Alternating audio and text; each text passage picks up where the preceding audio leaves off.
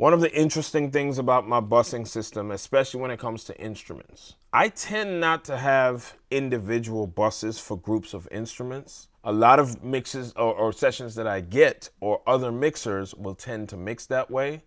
I tend not to do that. I like to just have all the instruments from the 808 all the way down through the keys to the whatever. I have all of these bus to one instrument bus. It's just the way my mind works.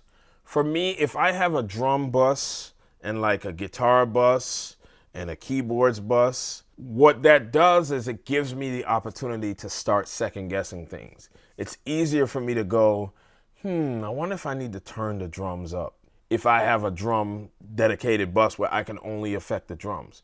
This way, I'm forced to commit to a blend and to have things work together in a certain way. And that's just, again, how my mind works. I like doing it this way where I don't give myself all that opportunity to go back and second guess, oh, maybe I should turn up the guitars as a group. Maybe I should turn up the drums as a group. I like the initial vibe and feel that I come up with as I move through the song. I think that part is important of building the vibe. I like the decisions I make along the way, and I rarely want to go back and turn up the drums as a whole. I feel like the decision I made to have the keyboards or the strings sit in a certain place based on where the drums were, I like to honor those initial instinct decisions. Those usually your first, I see it all the time, and this just doesn't apply just to mixers. I see it with producers, with songwriters, where the first iteration of that thing, like with songwriters, the first melody they usually come up with, and then they might make some changes, and then they usually revert to the first idea that they had.